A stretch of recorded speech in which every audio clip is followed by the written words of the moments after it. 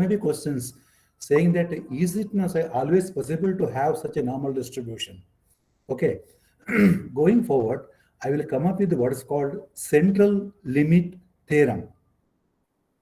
Meaning, if you have got large population, okay, you take one data set, that is one sample you take second sample, third sample, fourth sample, and so on.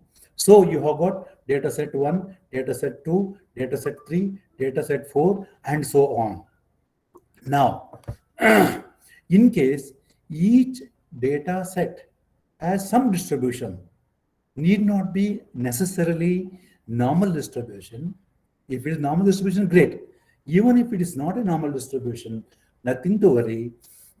The central limit theorem in mathematical statistics says that uh, the individual data sets can be assumed to be normally distributed. That's what the theorem says. Okay, so there is nothing wrong in assuming that the data sets have normal distributions. There's a nice property of the normal distribution, provided your population is very big and you are taking random samples. Okay, that's sufficient. Of course, I will come up with the discussion later on that. Okay, now let us go ahead with our discussions on the normal distribution. I will go a bit slow so that even if you have got some doubt, I can clarify on that. Sir, can you put it in the slide view mode? Yes, I am doing that. Now you are able to see, right? The slideshow, if you put, I think that would be better. Okay, no, slideshow, what happens sometimes, unfortunately, uh, I will not be able to To edit. I will not be able to move the slide from one slide to another slide. That's the reason as to why I have made the font size very big, Okay, Right? okay. It's okay. Yeah. See, sir. Oh, yeah, you can see, right? Yes. Yeah.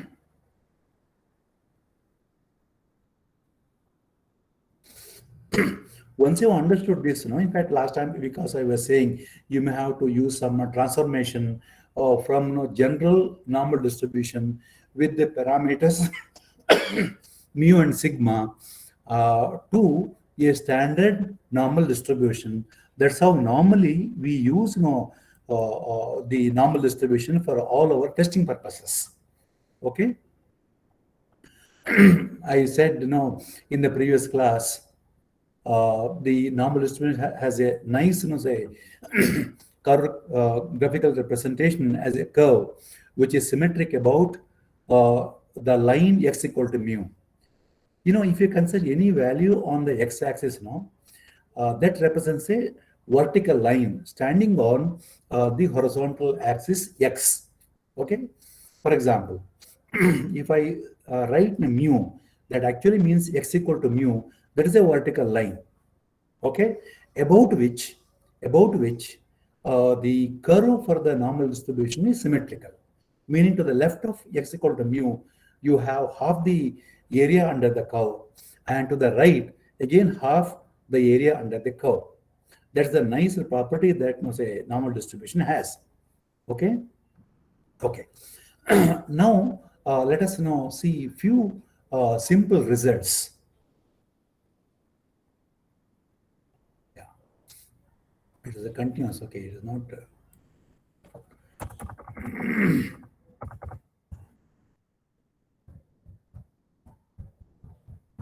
Okay.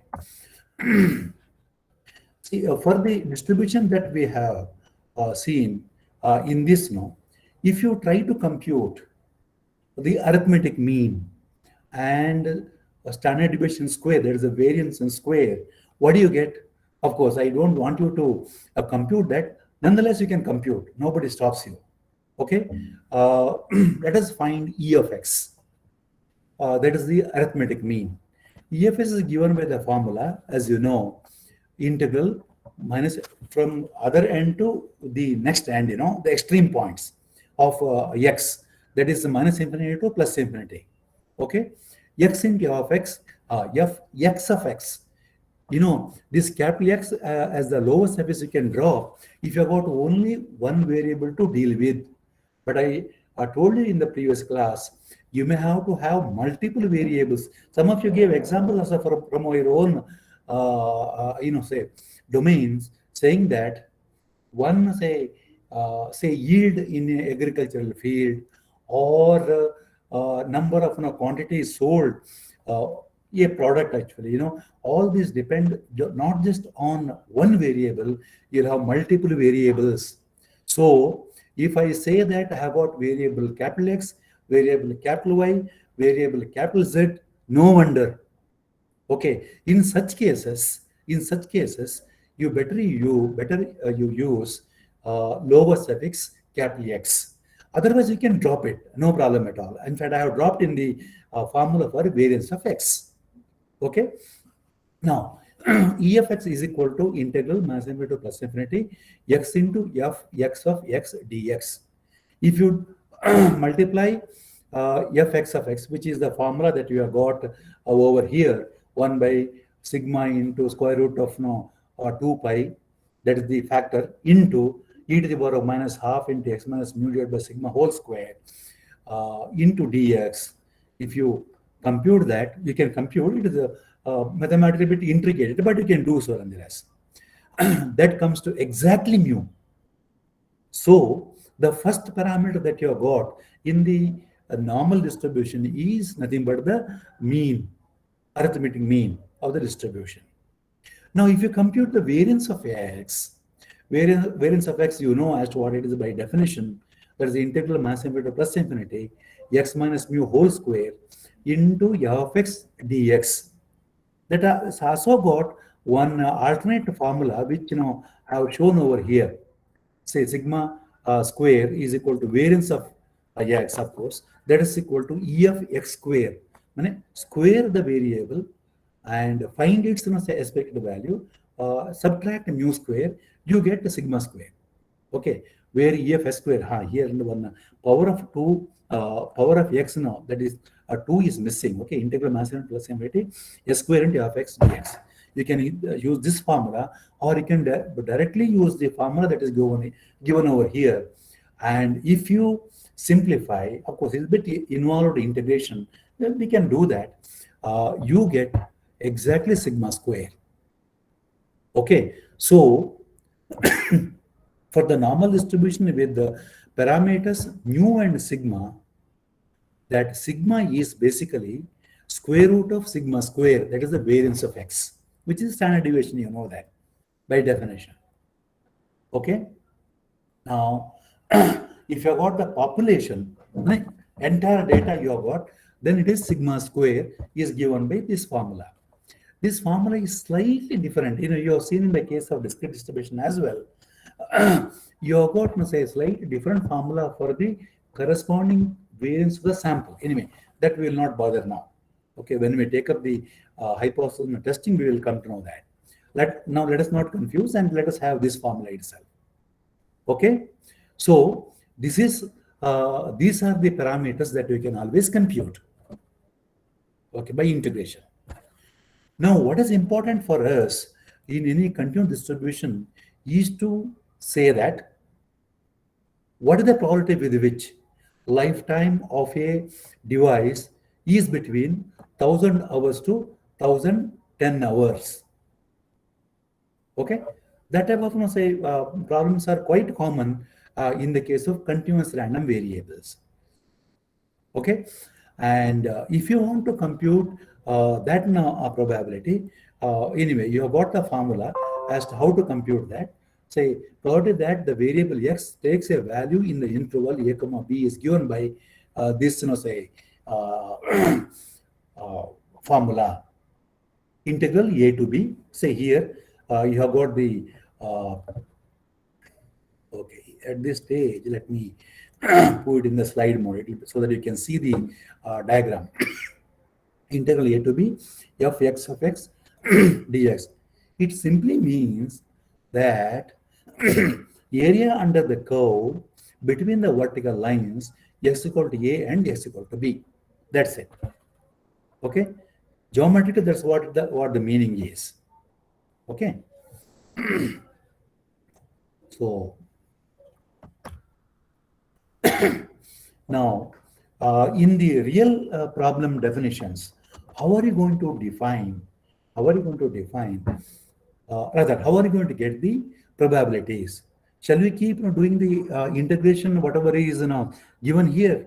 Rather, it is very difficult.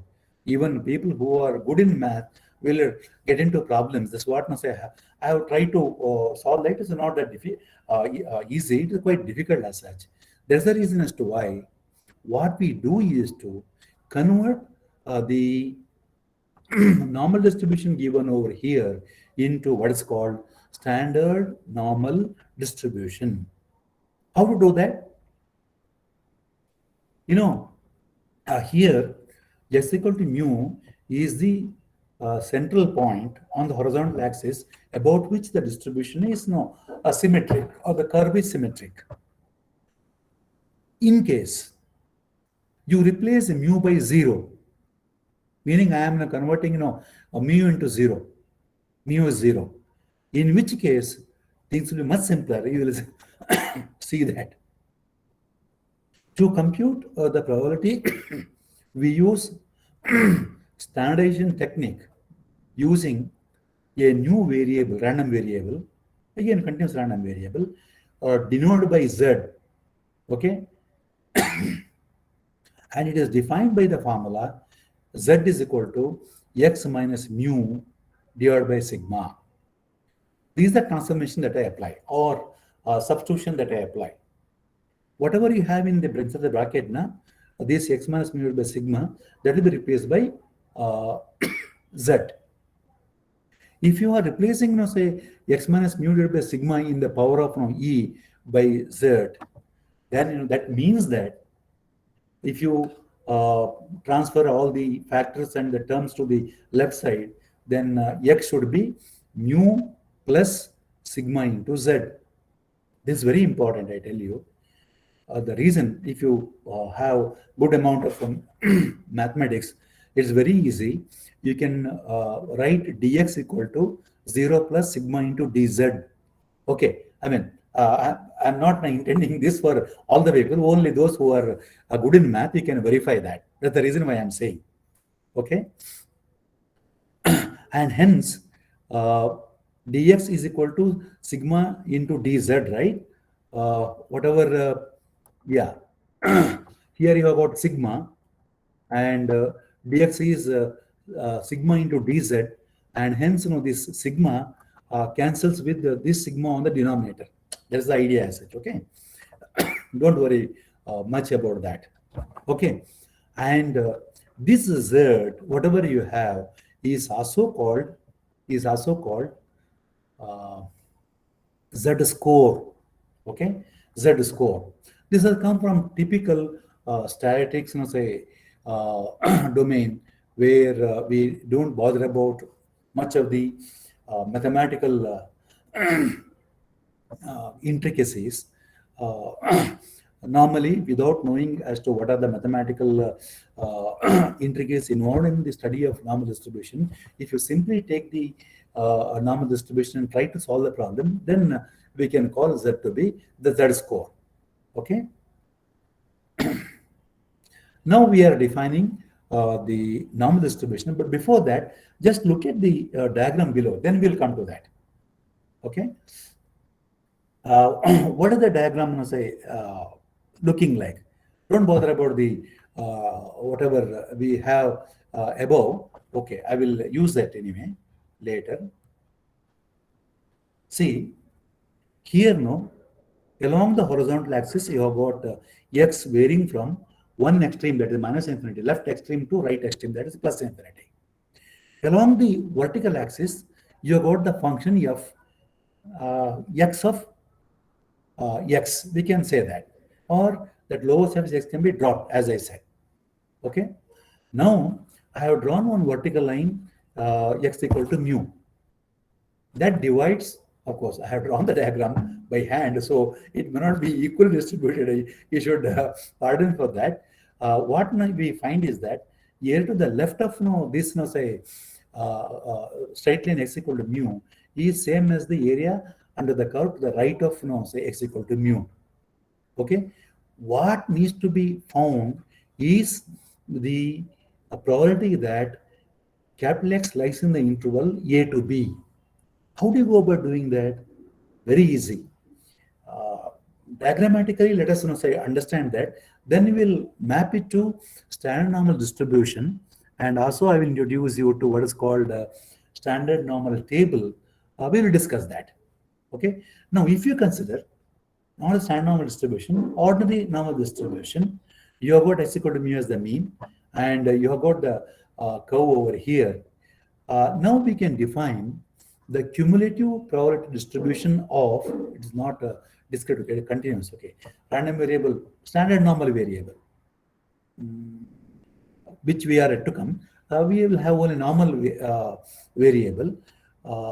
The fx of x is the cumulative distribution that is given by minus infinity, the left extreme, to integral to x, wherever you are, into fx of small x. That can be written, that can be used very conveniently to compute the probability with which capital X lies in the interval small a and small b. How to do that? Very simple. Probability that a less than x less than b is equal to, just say I have shared the area, right? Now consider the area under the curve till x equal to b, vertical line x equal to b, complete area. Okay, subtract that, subtract from that the area under the curve up to x equal to a from left. You understood what I'm saying? Say integral minus infinity to b fx of x into dx is basically capital F of b, correct? Because it is the area under the curve of x equal to b. Now, what is say area under the curve of x equal to a, which is of course shaded, of course, to you find a lot of say not exactly rectangles. I think they are rhombuses. Okay, all right.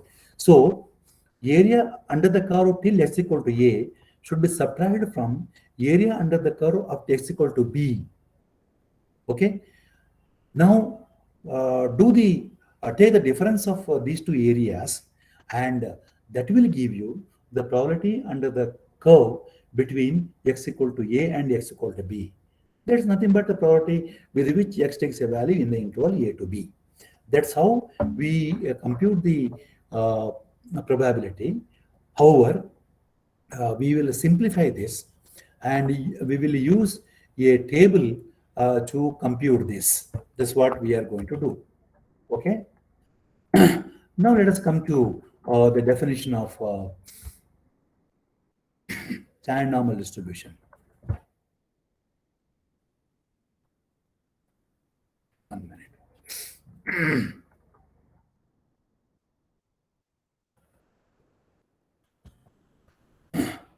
Standard normal distribution is quite simple. This is a special case of the normal. Hope you are able to see this, right? Sometimes if I go to slide mode and then come back, probably you will miss out on few things. That's the reason as to why I'm just asking you. Hope you are able to see that, right? Whatever I am now showing. Okay. Yeah. As I said, standard normal distribution is a special case of normal distribution where the parameter mu is equal to 0 and sigma is equal to 1. Okay, this is the standard normal distribution. Okay. Now, if you draw the curve is given over here, just see. Mu is equal to 0. That's what we said. Okay. And one extreme, left extreme is minus infinity. Right extreme is plus infinity.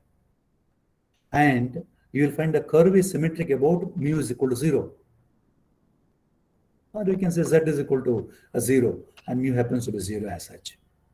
And the PDF, the function f, whatever we are discussing now, is given by the formula fz of z is equal to 1 by square root of 2 pi into e to the power of minus z square divided by 2 in the power only, okay? Where z is between minus infinity to plus infinity. If you wish, if you are mathematically inclined, we can prove that this formula for fz of z is truly PDF. Anyway, this is always positive, greater than or equal to 0, right? If x is infinity, then of course you get z is negative or positive, you get e to the power of minus infinity, which is e to the power of 0, e to the power of 0, that is equal to 1. So total area will be 1. Okay, when you find the area under the curve. Okay, so this is easy to verify as such, but we can mathematically prove as well. Now, what is the advantage in having this type of simple PDF when compared to the PDF that you have got over here, which is very involved, right? Here it is okay, a single variable x we have got, and f depends on x. Instead, if you consider yield in the case of agricultural field, there are multiple variables x, y, z. Then f will be function of x, y, z. Just imagine how this function looks like. Okay. Anyway, we'll have that not in great detail, but you need to know that.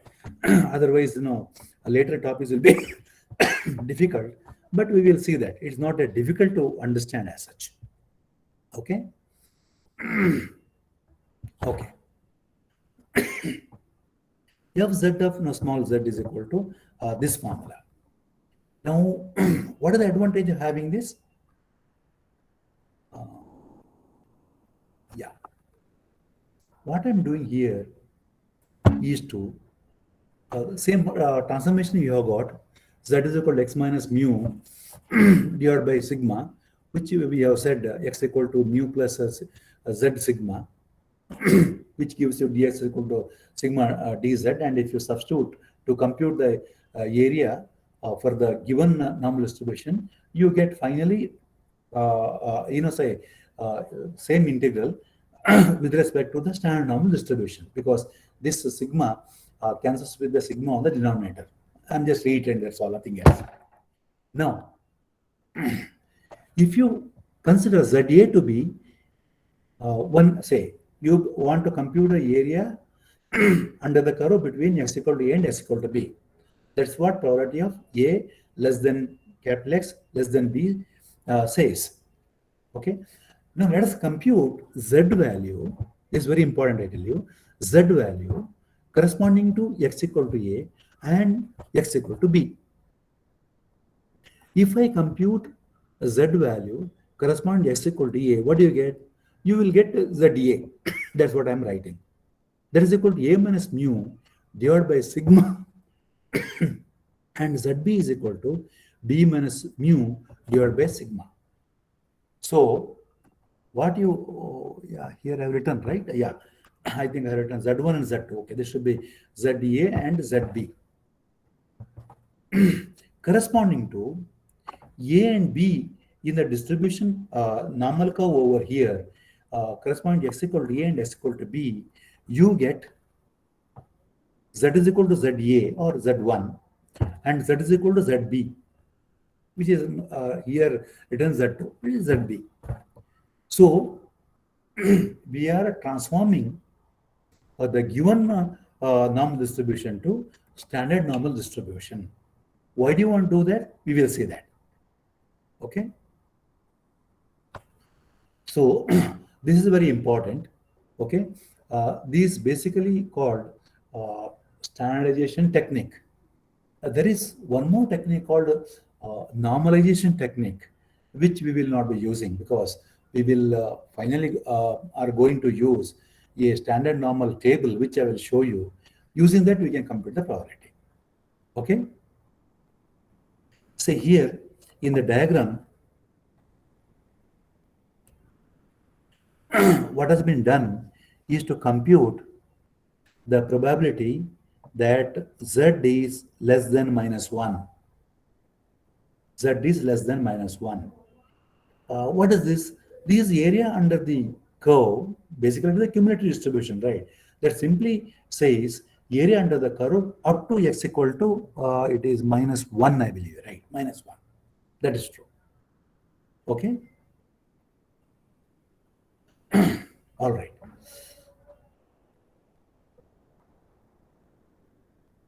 Just see the first line here.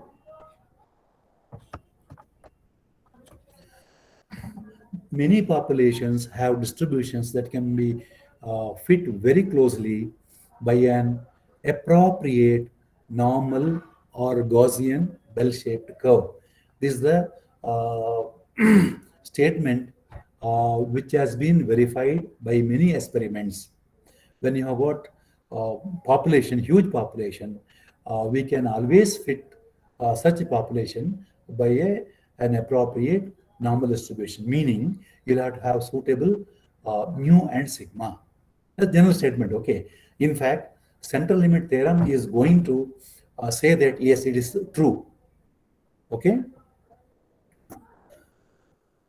Now, how are you going to compute the probability? This is the question here, okay.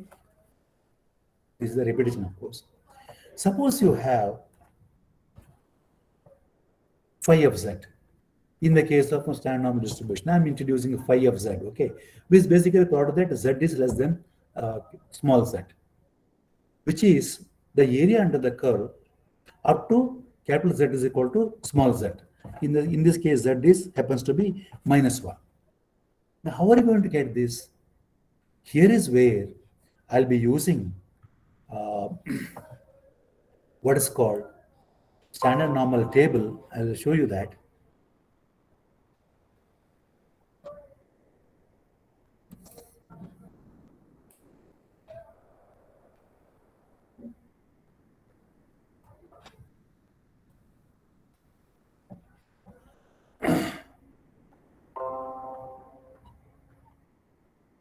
See here, Z bars are listed. You are able to see this, or should I increase the font? Oh, if I increase. We are able to see, sir. Acha, now you can see, right? Yes, Yes, sir. Okay. Now, see, Z values in the case of standard normal distribution, of course, Z is a standard normal variable, you know that. To the left of 0, all negative values you will have. Okay. To the right of 0, you will have positive values. Now, what is being done here is to enlist the area under the curve, area under the standard normal curve, correct to, you will find here, 2 decimal places. 2 decimal places.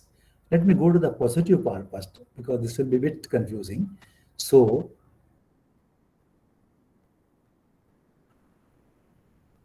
for example,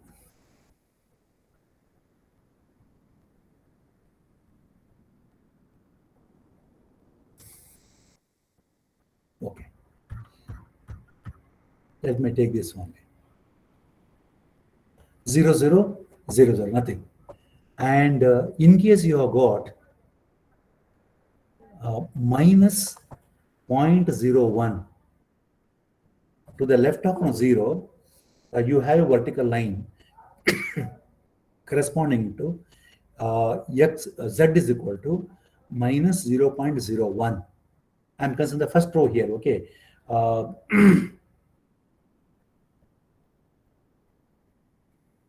That is not necessary. You just consider the lower one, okay. Because I had copied from a big table. That's why these are, getting, attached. No problem. Z is equal to, just see here, Z, consider the vertical first column, 0.0, 0.1, 0.2, 0.3, and so on. Okay. Horizontally, you have got 0.00, 0.01, 0.02, 0.03, 0.04 up to 0.09. As I said, you have the values correct to 2 decimal places. Now, if the value is, say, z is equal to 0.15, 0.15. See, 0.15. The 0.15 you should read from the vertical axis. Say 0.1 is over here. Okay. Then the second decimal point is 0.05. If you add 0.05 to 0.1, you get 0.15. Am I right? Yes or no? So this is the value you get corresponding to z is equal to 0.15. Okay, and this value, whatever I have blackened, okay, that is a 0.55962. This is the area under the standard normal curve up to z is equal to 0.15. Let me take some questions. Have you understood this, whatever I'm saying? I did not consider the negative part. I consider only positive part for simplicity. Okay, that's point number one. Point number two, what I did was to have a table and its first column, Z values are in the first column and in the first row. First column, you have got the first digit after decimal point. And second digit is given in the horizontal, say value of Z. Now, if I want to find the area under the curve, standard normal curve, corresponding to Z is equal to 0.15, what I do? In the first column, I went up to 0.1, then went horizontally till I reached the vertical line corresponding to Z is equal to 0.05. Because 0.05 plus 0.1 gives you 0.15, right? And the value that I read out, this 0.55962, that is the area under the standard normal curve up to Z is equal to 0.15. Okay, is it clear? Unfortunately, I don't have board. I can't use board, otherwise it becomes simple to write and explain to you. Is it clear what I'm saying? Yes, sir. Yes, yes. Yeah, very good. From the table you are reading the value under the curve up to a certain value of Z. Is it okay? Now, let us now go to the reverse part of that. Reverse part of that. What is that? For the given distribution with the parameter mu and say lambda, if you want to compute the corresponding value of x, which is A, say, how do you get that? Area is same. Okay, x values, say we can always get. Actually, from x value you got say a z value, right? But if you want to know this probability, whatever you read 0.5 something, is corresponding to the given distribution with the parameter mu and sigma, x value you can always get, because z is x minus mu divided by sigma. Okay, so this is the way by which you have to compute the probability in the case of any normal distribution with parameters mu and sigma by transforming that into or converting that into standard normal distribution using the substitution z is equal to x minus mu divided by sigma. Okay. Now I will show you few examples where values are already worked out, and you can just a minute.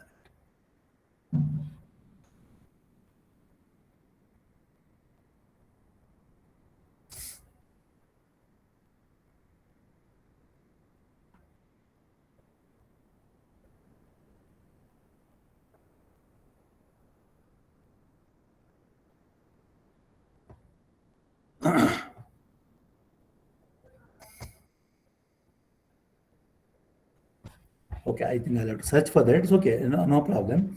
If you have understood the concept, it's okay. Excuse Now, me, sir. Sir, yes, excuse me, sir. yes. Sir, this here on the top you have shown said minus 0.00, minus 0.01. I will come to that. Negative part I will come to. No, I can no. only positive part. Yes, sir. Okay. We can do the similar thing. I will come to that. Okay, sir. Okay, sir. Now, having got this much, see, our aim was to compute the area under the curve between x equal to a and x equal to b, because that is the probability with which a variable capital X lies in the interval a to b. Right? Now, how do you obtain that? Corresponding to a, we have got ZA. That probability we can easily read from the table. Am I right? We have already done that, right?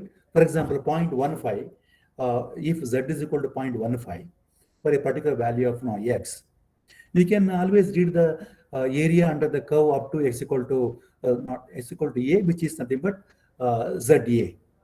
Correct? So, sir, when we find out the value for 1.5, so it will give you the area. 0.1. Yeah. Okay, 0.15. So it will give the area from minus infinity to 0.5. Exactly, you are right. Minus infinity to that value. Okay. For example, here, if minus, in this case, it is computed as a P of Z less than, you can write equal also, but equal you can drop as well. That we have already seen. Say minus 1. Say this value, 5 values always from minus infinity to, this value, whatever x equal to, not x, z is equal to minus 1. Okay. Now, see, advantage in here, Z1 you have got area up to Z is equal to Z1. Okay, from minus infinity. Now, if you want the area under the curve between under the curve, okay, between the straight lines Z equal to Z1 and Z equal to Z2, then what do you do? I have given both the properties and remove it, sir. Compute both the properties and remove the difference between it.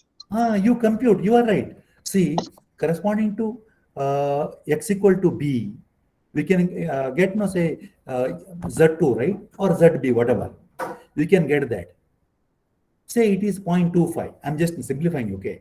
0.25. If now I get, say, Z2 or ZB to be 0.25, corresponding to x equal to b, now what do? You go to this table. Table you are able to see, or I am in the slide? I think no. Yeah. Okay. Say 0.25. X equal to b corresponds to, say, z b to be 0.25. I said I'm simplifying. Okay. Corresponding to 0.25 value of z. What is the area under the curve?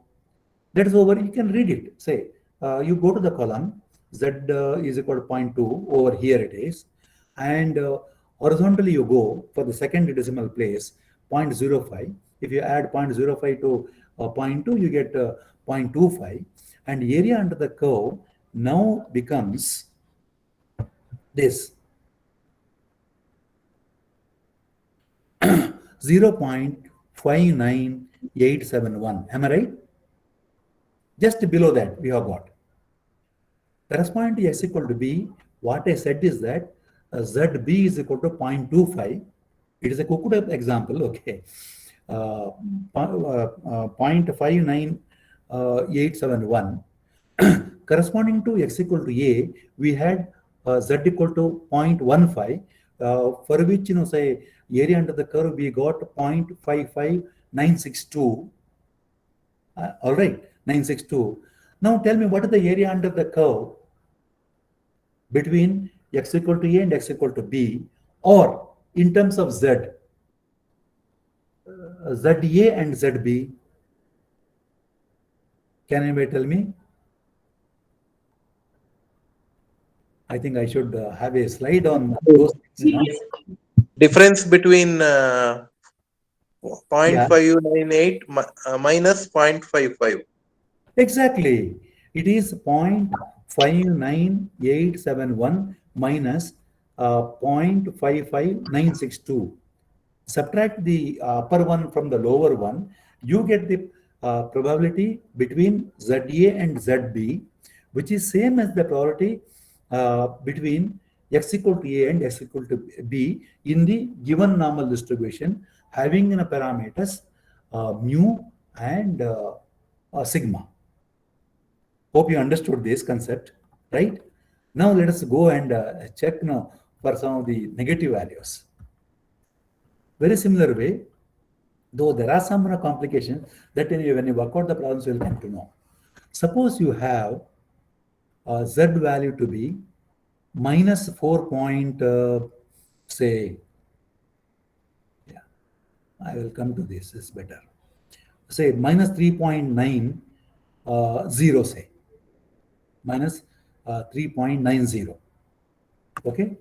And here you have got minus 0.00. Add them up, and for the negative numbers, adding you will get a negative number only, right?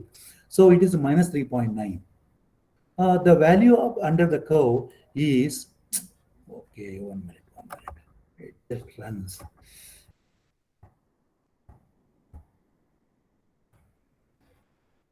It is this value, okay? And say for minus 3.9, you have got this value, which is say lesser of the values, okay, correspond to X equal to A. X equal to B probably corresponds to 3.51, say, meaning this is the value,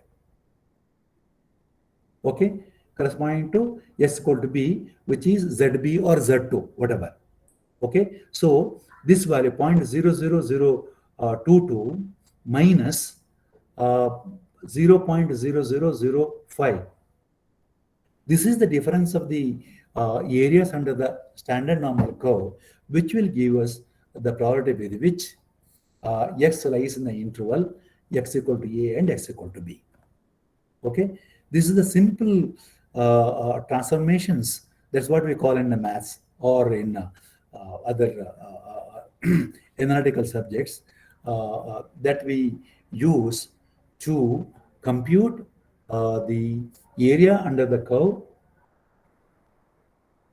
of the normal distribution using the standard normal distribution. Is it clear, or you have got any doubt? It's clear. Clear, It's clear. clear, right? Excellent. Clear. Now we can work out some problems, right? Yes, sir. Yes, sir. Okay, very good, very good. All right. Now let me. I have got one sheet where a lot of problems are solved, which I will share it with you so that you can also understand. Let me see. I have not put in one more directory. That's a mistake I did. It's okay.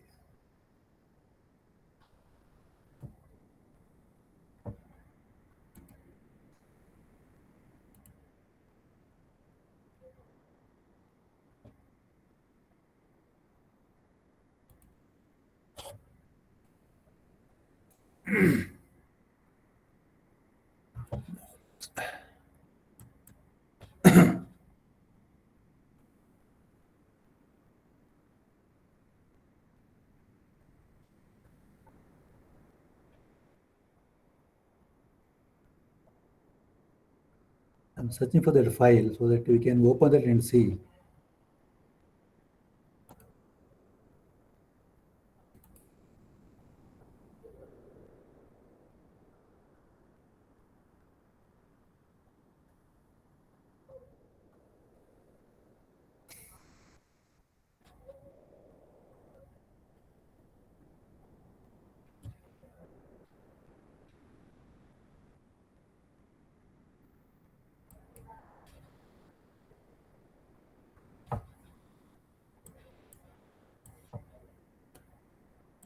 What I will do is to send you that list of problems so that you can only go through them And now that I have told you as to how to calculate that, okay, leave it.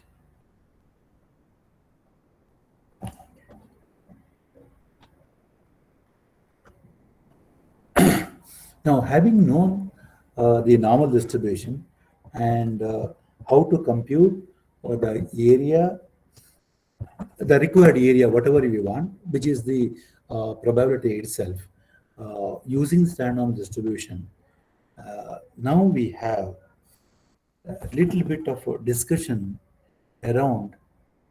Let me come up with this. See here, I was telling you that normal distribution or Gaussian curve is also used in quality control, statistical quality control.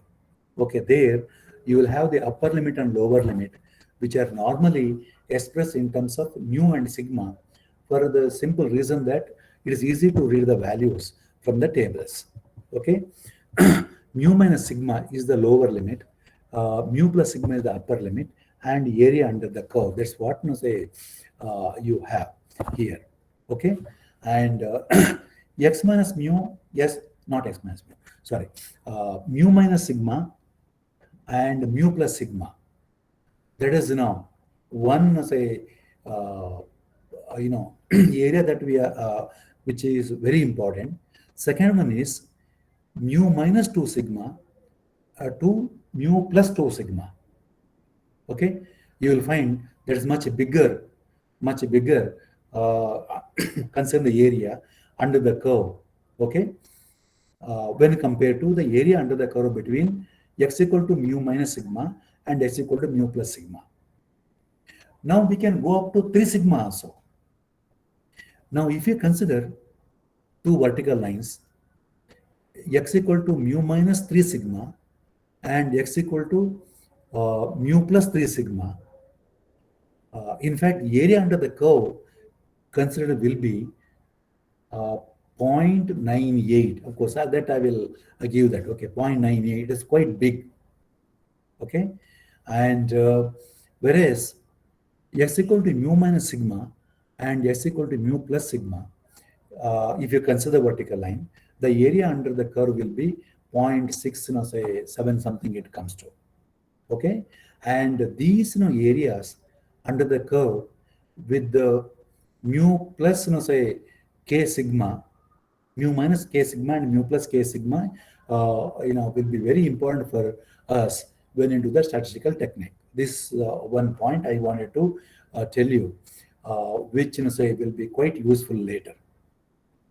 Okay, and further consider the tails here. Okay, if you come to the left end of the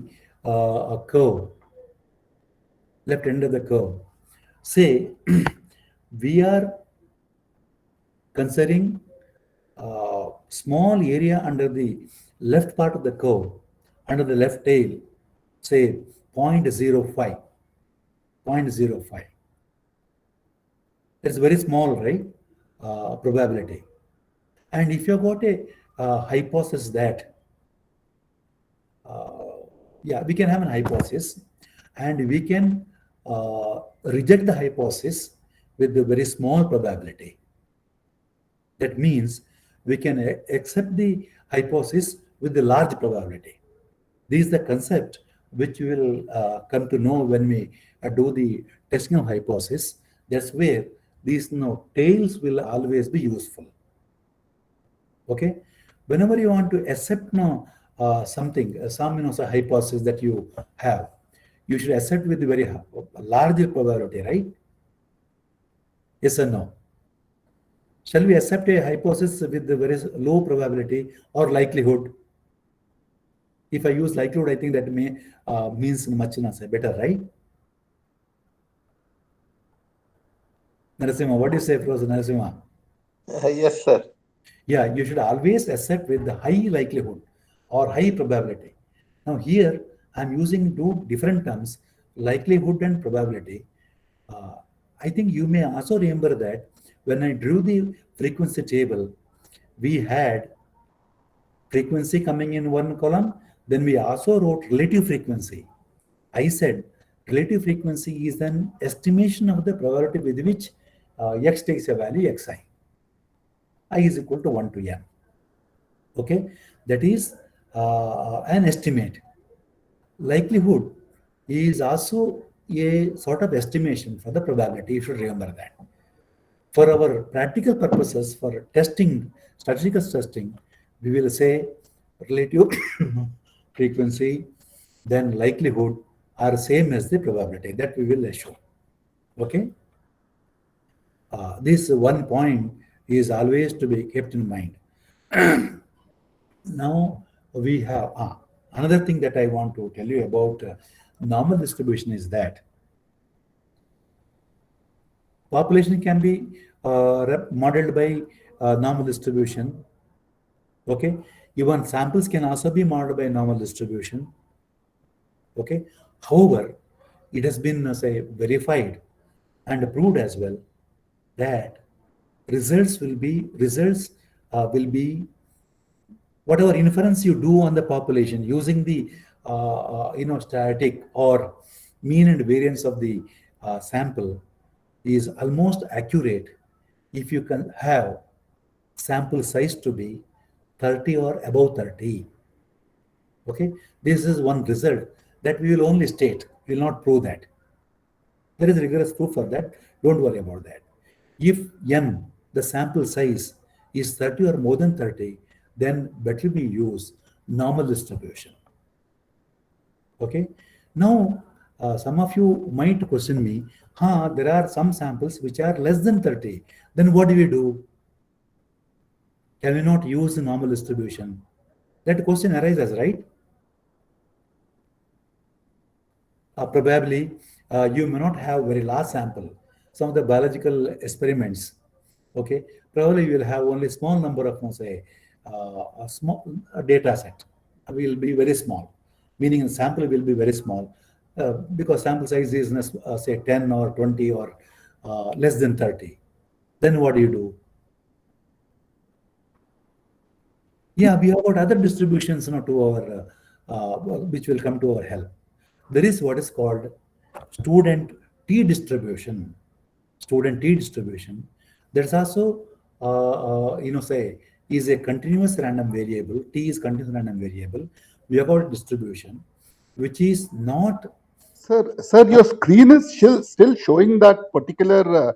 Don't worry about that. Whoa, I will stop now presenting. I'm just telling you as to what is that now we want to have. I don't want to give it right today because formula is a bit involved, but it is a continuous distribution like a normal distribution. Okay, we will be using students, not student. Okay, students now. So it is the name of the person. Okay, students t distribution.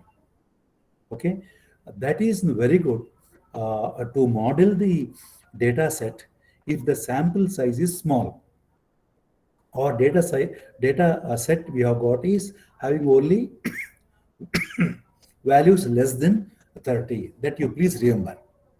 Okay, we'll have to use some such very well established I don't have thumb rules I would say. If the sample size is 30 or more than 30, use a normal distribution. If it is less than say 30, use student t distribution.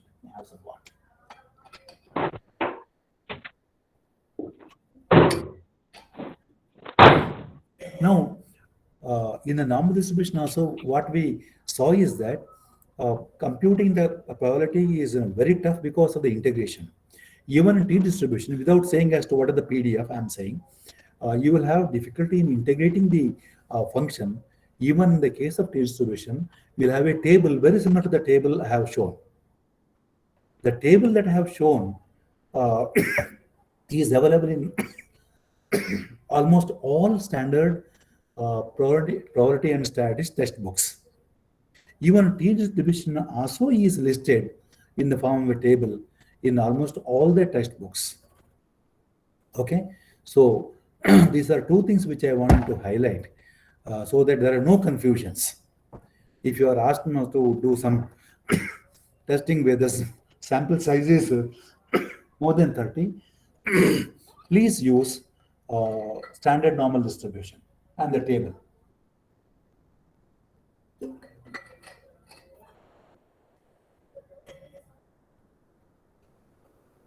Then we have got what is called chi-distribution. Chi-distribution happens to be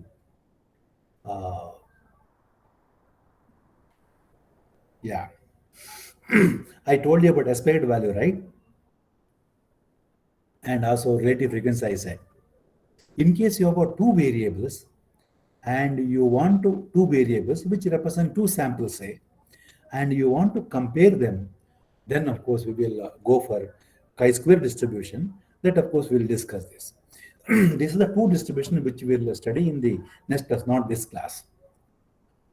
Now, coming to the distributions we have studied till now, we will have only some discussion. I'm not going to give you further slideshow and other things, not necessary.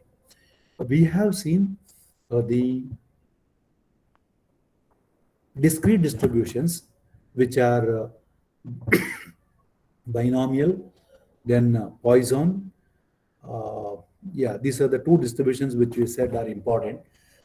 Then we also went through geometric distribution, for which you only derived the PMF. That's very good as such. You understood that and you could derive. Now, many of the experiments which are discrete in nature can be modeled using, which I said last time also, using binomial or Poisson distribution, or you can also use the geometric distribution depending on the problem definition. If you want to find the first, say, success, then we said we can use the geometric distribution. Okay, these distributions will be using all through. Okay, and when it comes to the continuous distributions, we will invariably have the uniform distribution, which I have explained in the previous class, then exponential distribution, then normal distribution, and we will also have the student state distribution, which I am going to explain, say, in the next class, not now. Okay, and chi-square distribution, we will use it for a different purpose, but even there, we will not have the derivation of that. We will simply state as to what is the inequality mass function there. That's what we will do in the case of, say, chi-square distribution. Now, in whatever, say, these are all very basic, I tell you, whatever we do later will be dependent on these distributions. Any doubt or any clarification required about these distributions, discrete or continuous? Sir, all are clear, sir. All are clear, right? Yes, sir. In both the cases. Yes, sir. Okay. Now, I had not told you as to how to compute probability in the case of discrete distributions such as a binomial and Poisson. And in almost all the standard textbooks of probability and statistics, even those values are probabilities are listed. You can compute, of course. It is not that difficult, like in the case of continuous random variables, but those are listed. For the given values of n and r, n and p, we can compute the probability for the given value of r, where r is equal to 0, 1, 2, 3, and all. We can compute that. In the case of Poisson, because I have not told you about the tables, say in those cases, we can have the tables. Even in the case of Poisson distribution, we can have the table. Okay, but we can compute because the formula are very simple as such. Now, whether we'll be using all the times these tables, or would we go for some other mechanism? That's what is the question as such. Okay, you must have heard of R tool, right? R tool. Yes, sir. Yes, sir. Yeah, we'll be using R tool to illustrate some of the examples. Again, today I'm not going to give you, but you can download that. If you can download and keep it in your system, whether it is a laptop or a desktop, it will be great. Okay, we'll be using, say, R table and the R studio. R studio is menu driven. We can give the values of whatever you want to compute and mention the suitable distribution, be it discrete or continuous, and it will throw up the results. We'll be using these in our calculations hereafter. Okay. So R, how do you, I will of course give you one simple slide where how to download R into your system and install. I have installed in my system laptop. It's quite easy, not difficult. On Windows system or on Macintosh system or on Linux system, how to download R and use it. Okay, it is very well known, and it is now there in. If you Google it, you will get the procedure to install R, which is open source tool, of course. Okay, for most of the cases, there are some paid versions also, but we will not use the paid version. We'll use only open source version of R tool, which is what is required, say in our examples. Okay, both in testing of hypothesis and in the case of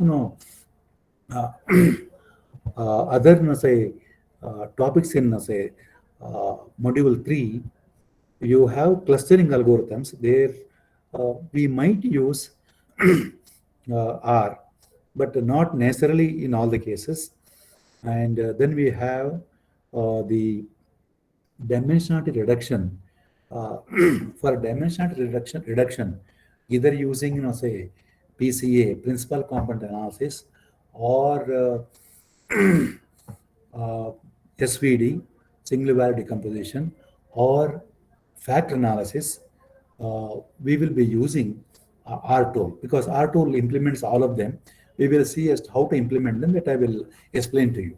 So during the now few days of vacation for you from the classes, Saturday we will not have the class, as now we said. Tomorrow also we don't want to have, because year end and year beginning, we don't want to have the classes. However, in the first week of Jan, we will have the classes invariably, where we will take up the remaining distributions. Then we will move to bivariate distribution, where the function f depends on 2 variables or more than 2 variables. That we will take up. There will be few discussions, and then we will get into the R tool discussions. Simple experiments will do, and once you have worked out few examples using R tool, then you can go on with your experiments using R tool. Okay. With this, I think now we are closing bit early today. It's okay. We can make it up. Now, would you try to download R and R Studio in your systems? Yes, sir. Already I have it. Oh, very good.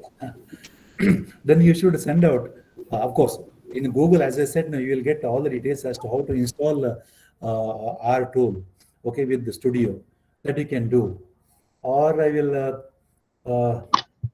probably, anyway, Ravichandran has done, and you can take his help. You can also probably discuss with the Sukesh. I only downloaded, sir. I only downloaded Okay, that. good. Yeah, I attended one session on that. That's all. Well, you want to give that? Excellent. No, I don't know, sir. I had already attended one session, so I had an idea about how it is being used. Okay. But I think, sir, we should have one That's very session good. for all the scholars for Okay. this purpose. It will be very useful, sir. Yeah, that's what I'm saying. Would you want to demonstrate that once? I will Oh, do because that. I'm not that expert, because somebody else took me through that. Okay, that's all right. No problem. How about Sukesh? Sukesh, Yes, sir. you have now used R tool? Not, sir. No, Okay, sir. ठीक है. You do this way, you download and see whether it works in your laptop. Okay. When we come next week, because I'll have to explain as to how to download and how to use it. I will take the help of people who know that, Ravi and Sukesh. I will depend on them. Who else has used R tool? Amit is not there, right? So it will be good if you give a demo, sir. No, I will give the demo, no doubt, Okay. but I want some people to help me out. That's the reason why I'm saying. Sure, sure. Okay. All right. So I have given some, pointers to what say we are going to take up now soon. That I usually do every class. So we will have R tool being used for all our computations in probability and statistics, and basically in data analysis and analytics. And I also said about the distribution that we are going to use when the sample size is small, less than 30, that is the t-distribution. And then we also said we will use chi-square distribution wherever it is not say very apt to model. Okay, I think it is sufficient for today. And few examples I will today I'll be sending. If for a statistics 2 also I should be sending the PPT. I'll be sending that along with the PPT that I used today, and one more sheet where some problems are worked out. I'll be sending. Now, one caution when you go through the standard normal table listed in the textbooks. As Professor Ramesh Murthy was saying, it is from the left extreme to a value, Z1 or Z2, whatever. That's what we have seen. Sometimes it is also, table is also given in terms of the value beyond Z is equal to 0. Up to Z is equal to 0, it is half, right? Beyond half it is given. Okay. Those nitty-gritties, of course, we can find out easily, but you should go to the table and see as to what is given. Okay. Few things now. In fact, I have come across such cases where values are not straightforward, as in the case of our standard normal tables that we have. I have shown you. Okay. All right. With this, let us close for today, and see you in the next week. All right. So Yes, sir. Yes, sir. Thank you, sir. yeah, good night. Thank you, sir. Happy New Year. Sir, Yeah. one question, sir. Yes, please. Sir, syllabus for this subject, detailed syllabus, can we get? This I have sent. The very first slide deck I have sent. I have given the detailed syllabus. Okay, sir. to Okay. that. Okay. Now, priority 2, whatever I am going to send tomorrow, is also having the details. You can go through that if you are not able to trace your earlier mail. Okay, sir. Okay. Okay. Sir, one suggestion. Okay. Good night. Good night, sir. Good night. Good night. Okay, thank you, sir. Yeah, good night. Thank you, sir. Thank you, sir. Okay. Welcome. Thank you. Thank you, sir.